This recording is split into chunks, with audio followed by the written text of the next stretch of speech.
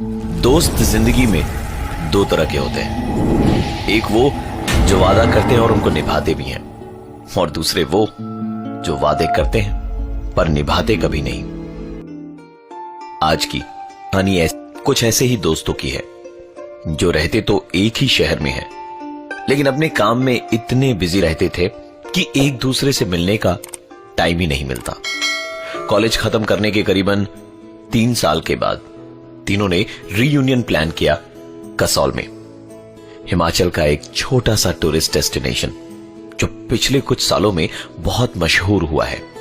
वहां उन्होंने orchid park नाम की एक होटल में रूम बुक करवाए। रोहित और आयुष रात को ही ट्रेन से निकल गए और निखिल ऑफिस के काम में बिजी था, इसलिए ट्रेन निकलने के करीबन 1-1.5 घंटे के बाद बाई कार ही कसौल के लिए निकल गया। रोहित और आयुष के कसौल पहुंचने के करीबन 5-6 घंटे के बाद निखिल भी वहां पहुंचा। बातें करते करते कब टाइम निकला पता ही नहीं चला। उन्होंने रात करीबन 11 बजे डिनर का ऑर्डर दिया और इस बीच निखिल ने लाइट बंद करी और मोमबत्तियां जलाकर अपने बैग से प्लानचेट बोर्ड निकाला। तीनों दोस्तों को कॉलेज के दिनों से ही मानो इसका नशा हो गया था।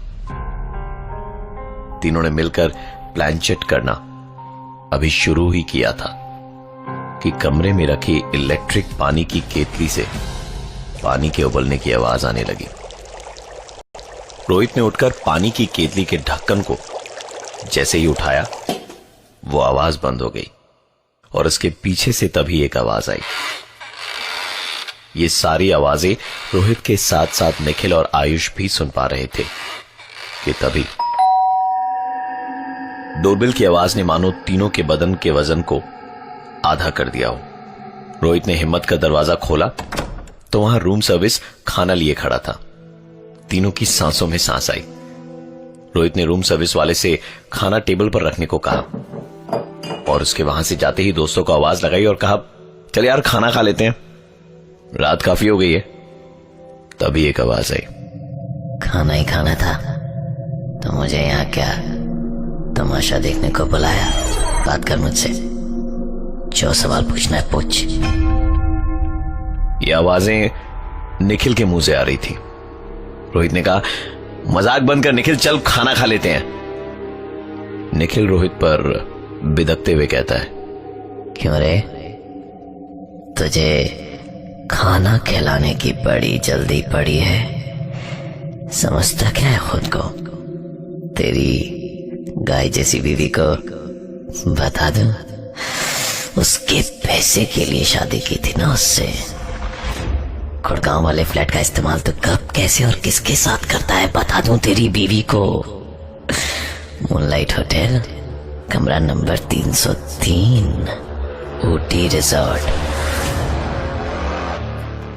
बोलना, बोलता क्यों नहीं है? कि तभी रोहित का फोन बज उठा। निखिल ने कहा, देख, मूनलाइट होटल, कमरा नंबर 303 वाली ने अपनी फोटोग्राफ्स भेजी है, देख देख देख। निखिल ने जो कुछ भी कहा वो रोहित की जिंदगी का एक ऐसा सच था जो सिर्फ रोहित को ही मालूम था। और इस वक्त जो मैसेज आया था उसके फोन पे, उसमें भी वही था जिसकी बात निखिल कर रहा था। पर आयुष को लगा कि शायद दोनों दोस्त मिलकर उसको बेवकूफ बना रहे हैं, इसलिए उसने कहा, चलो यार बहुत हुई तुम दोनों की नौटंकी, अब खाना खा लेते हैं। निखिल आयुष की तरफ पलटा और बोला, भिखारी, ये रोहित लड़कियां ताड़ता है तो आयुष तू तो जुआरी है, जुआरी। 20 लाख का लोन कैसे चुकाएगा? आयुष को अंदाजा हो गया था कि रोहित चुप क्यों था, क्योंकि आयुष की भी ये सारी बातें किसी और को पता नहीं थी सिवाय आयुष के। निखिल एक बार फिर बोल उठा, बताना रोहित को कि तू इस ट्रिप पर दोस्ती निभानी नहीं, उससे रुपए उधार मांगने आया है। आयुष को काटो तो खून नहीं, क्योंकि यहां इस ट्रिप पे वो इसी इरादे से आया था। अब निखिल ने अपनी तरफ इशारा करते हुए बोला, दिल तो कर रहा है रोहित कि इस निखिल की बातें तेरे अंदर घुस कर बताऊं, ताकि इस निखिल का चेहरा देख सकूं। लेकिन इसके अंदर मुझे अच्छा लग रहा है। ये तुम दोनों जैसा नहीं है। अपने बलबूते पर काम करना चाहता था, पहले नौकरी फिर बिजनेस, और यहाँ इसलिए आया ताकि अपने नए बिजनेस प्लान में तुम दोनों को घुसा सके। निखिल की गर्लफ्रेंड के साथ तूने क्या क्या नहीं किया रोहित। निखिल की निजी जिंदगी की सच्चाई को सुनकर आयुष के चेहरे पर एक मुस्कुराहट आई। तभी निखिल बोल उठा, तू क्या हंस रहा है आयुष? जा अपनी बीवी से पूछ कि वो किटी पार्टी का बोलकर घर से निकलती है तो इस पिल्ले रोहित के गुड़गांव वाले फ्लैट में क्या करती है। निखिल ने कहा कि ये जो रोहित है वो बस कहने के लिए दोस्त है, क्योंकि दोस्ती की आड़ में उसे कुछ और ही चाहिए। आयुष की जिंदगी का एक बहुत बड़ा सच उसके सामने था। वो गुस्से भरी निगाहों से रोहित की तरफ देख ही रहा था कि निखिल बोला, तो इसे गुस्से से क्या देख रहा है साले?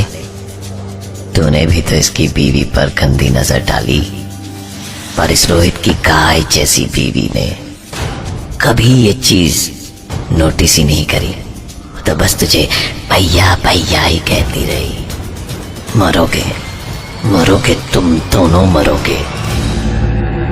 टेबल पर खाना ज्यों का त्यों पड़ा था और अपने दोस्त निखिल को भुलाकर रोहित और आयुष के बीच में शुरू हुई एक जोरदार हाथापाई। और निखिल बिस्तर पर बैठकर चेहरे पर एक मुस्कान लिए उन दोनों की इस लड़ाई को बड़े इत्मीनान से देख रहा था। सुबह जब काफी देर तक उनके कमरे का दरवाजा नहीं खुला तो होटल वालों ने पुलिस को इन्फॉर्म किया। जब उन दोनों की आंख खुली तो सामने होटल के स्टाफ और पुलिस वाले बैठे थे उनका बयान लेने के लिए। आयुष ने पूछा कि निखिल कहां है? पुलिस ऑफिसर ने पूछा, कौन निखिल? फिर उन्होंने बताया कि उनका तीसरा दोस्त जो उनके साथ यहां कसौल आया था।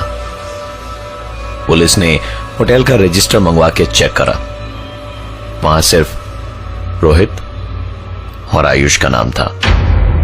सीसीटीवी कैमरे की फुटेज में भी सिर्फ दो ही आदमी यानी रोहित और आयुष इस होटल के अंदर घुसते हुए नजर आए। पुलिस ऑफिसर ने दोनों से उनके दोस्त निखिल का हुलिया पूछा तो उन्होंने बताया करीबन 5 फीट 8 इंच हाइट होगी उसकी, रंग गोरा है, बाल घुंघराले, और कल रात जब वो हमारे साथ था उसने नीली रंग की शर्ट पहन रखी थी। पुलिस ने उन दोनों को एक तस्वीर दिखाई अपने मोबाइल पर और पूछा, क्या आपका दोस्त ऐसा दिखता था? तस्वीर देखकर दोनों के होश उड़ चुके थे। ये उनके दोस्त निखिल की ही तस्वीर थी। पुलिस ने बताया कि कल शाम कसौल आने के रास्ते में एक कार एक्सीडेंट में इस फोटो वाले लड़के की मौत हुई है और इसके पास से कपड़ों का एक बैग और प्लैंचेट वाला बोर्ड मिला। कल शाम अगर निखिल की मौत हो गई थी तो पूरी रात आयुष और रोहित के साथ कौन था? कुछ सवाल ऐसे जिसका जवाब ना आयुष के पास है और ना ही रोहित के पास। निखिल शायद उन दोस्तों में था जिसने मरने के बाद भी अपने दोस्तों से मिलने का वादा पूरा किया।